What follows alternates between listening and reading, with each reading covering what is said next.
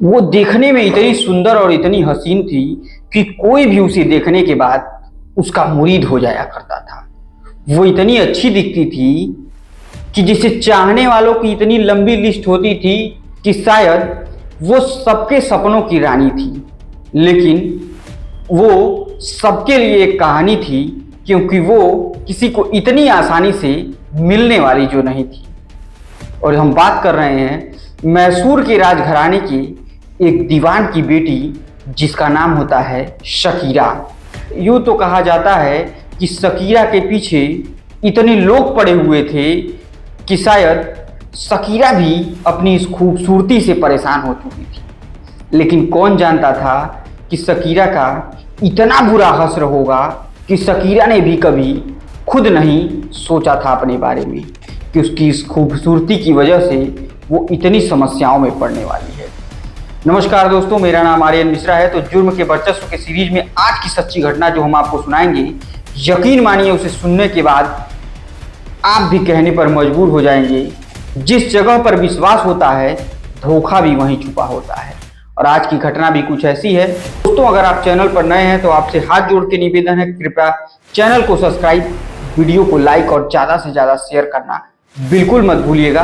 तो देर ना करते हुए दोस्तों, आज के हम इस कहानी पर आते हैं। एक नाम होता है जो मैसूर के राजघरानों में काफ़ी गूंजता है, उसका नाम होता है शकीरा। और शकीरा इसी राजघराने की एक दीवान की बेटी होती है, जो इतनी खूबसूरत होती है कि उसके आगे अच्छी अच्छी रानियां भी फीकी पड़ने लगती हैं। और उसे पाने की चाहत किसे नहीं होती है, सारे लोग उसे बस एक बार में पाना चाहते हैं। दीवान जी अब इस बात को समझ चुके होते हैं कि जरा सा चूकना ठीक नहीं है, लड़की की शादी तुरंत करा दी जाए। अब इसमें देर नहीं किया जाता है, दीवान जी लड़की की शादी खोजने लगते हैं। ऑस्ट्रेलिया के हाई कमिश्नर रहे ISF अकबर मिर्जा के साथ शकीरा की शादी करा दी जाती है। क्योंकि शकीरा इतने बड़े घर से बिलोंग भी करती थी, वो भी राजघराने की दीवान की बेटी, कोई मामूली चीज़ तो थी नहीं। उनके लिए IAS IPS इन सब लोगों की कोई बहुत बड़ी वैल्यू नहीं होती थी। और दीवान जी की बिटिया की शादी यानी शकीरा की शादी IFS अकबर मिर्जा साहब के साथ करा दी गई।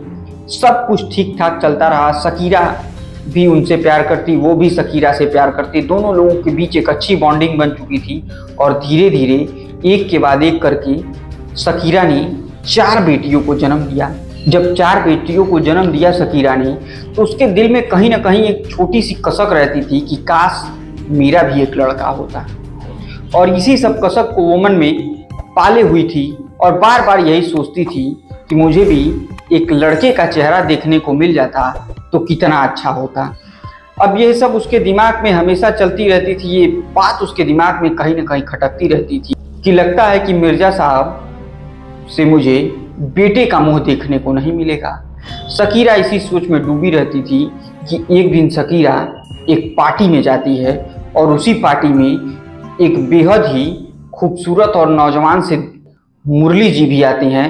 वो भी एक राजघराने की किसी पद पर तैनात रहते हैं। अब मुरली जी की नज़र जैसे ही शकीरा पर पड़ती है, क्योंकि शकीरा शादीशुदा होती है, लेकिन शादीशुदा होने के बाद भी वो बेहद हसीन और बेहद खूबसूरत दिखती है। पता नहीं चलता है कि वो 4 बच्चों की माँ है।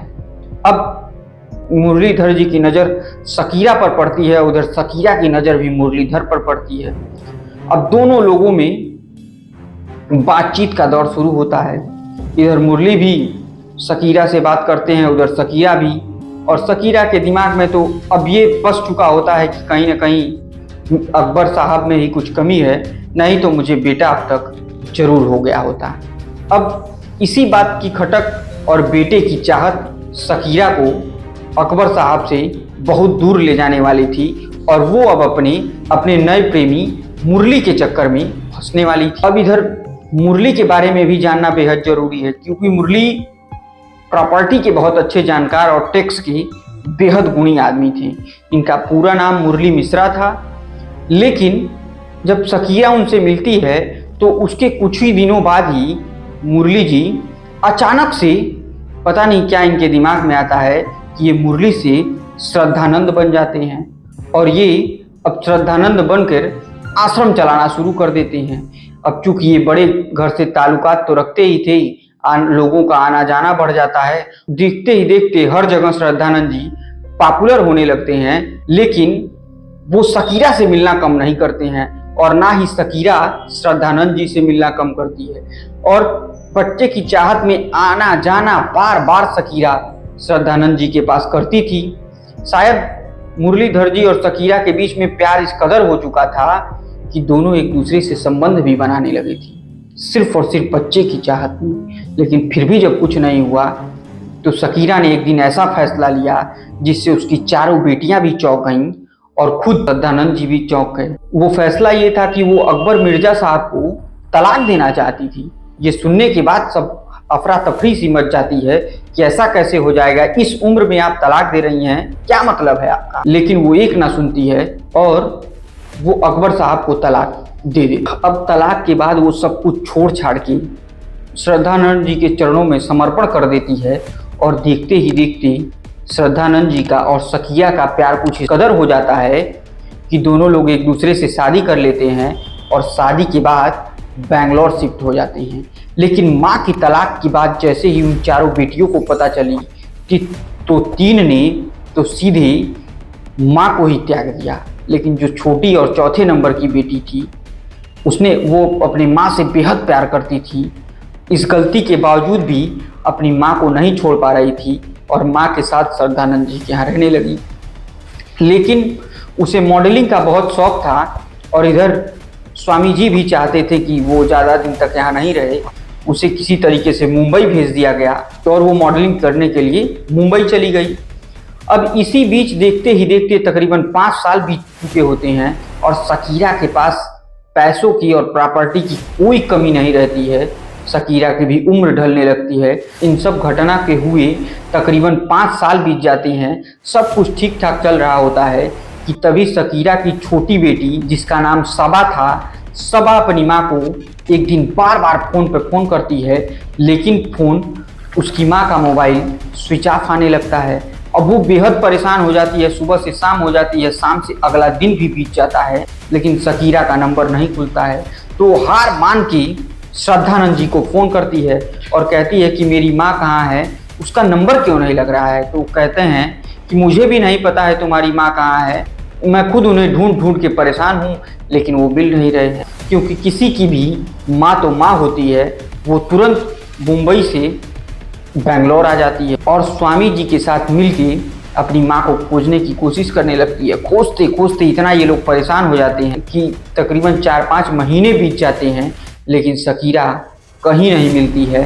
हार मानकर फिर वो वहीं रुकी रहती है स्वामी जी के पास कि तभी अचानक एक दिन स्वामी जी ध्यान लगाते हैं और कहते हैं कि तुम परेशान ना हो शबा, तुम्हारी माँ अमेरिका के रूजवेल्ट हॉस्पिटल में भर्ती है और वो प्रेग्नेंट है।